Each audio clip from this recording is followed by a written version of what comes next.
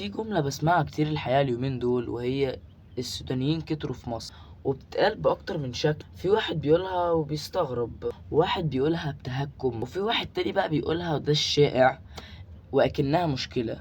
بس السؤال فعلا هنا، هل السودانيين وجودهم في مصر في مشكلة، ولا احنا بس اللي بنضخم الموضوع وبنعمل من لا شيء قضية؟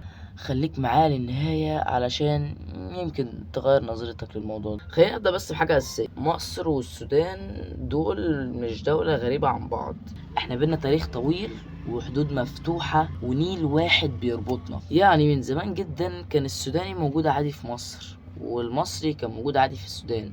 يعني هي مش حاجة جديدة ولا غريبة في نفس الوقت. تخيل معايا كده، انت لو طالب وعايز تسافر برا الخليج، اوروبا، بتدور على فرصة احسن وحياة افضل، فده بالظبط اللي بيعمله السوداني هنا.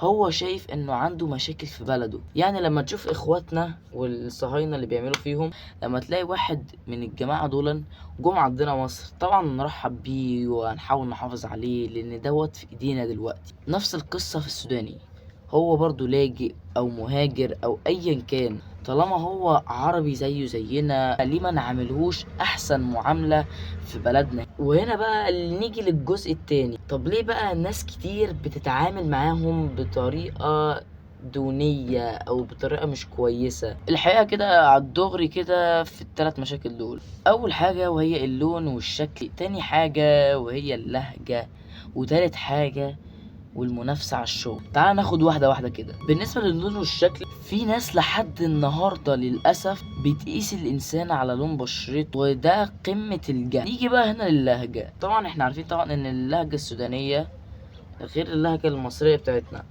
فللأسف في بعض العنصرية عندنا. المتنمرين خصوصا في مصر هنا بتلاقيهم بيسخروا من الحوار دوت. وطبعا انت عارف طبعا ان اللهجة ديت حاجة بتاعت ربنا، انت ربنا خلقك بلهجة معينة، دي بتاعتك انت. فانت ليه تسخر من واحد تاني عشان هو جاي من بلد تانية؟ فهو انت كده فاهم ان هو مش هيفهمك؟ لا، هو فاهمك كويس جدا وبيتأثر بيه كمان. ونيجي هنا للخطوة التالتة وهي المنافسة على الشغل.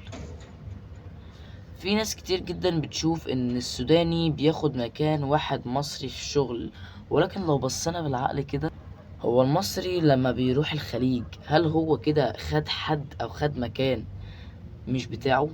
الغرب نفسهم بيعملونا نفس المعاملة بالظبط، علشان احنا مصريين وهم اجانب بقى، فالمفروض بقى عندهم التقدم ومعرفش ايه. طيب احنا مصريين، احنا وهما سودانيين، عرب في عرب، يعني المفروض ميبقاش فيه اختلاف اساسا ما بيننا، المفروض يبقى كل الاحترام ليهم ولينا. يعني احنا كلنا مع بعض يبقى في دولة عربية. احنا نفسنا لما بنشوف الامارات او السعودية ما اتدخلتش في قضية اخواتنا، كلنا طبعا ما حدش طبعا مسامحهم على اللي هما طبعا بيعملوه دوت، لانهم ما حدش فيهم واقف جنب اخواتنا.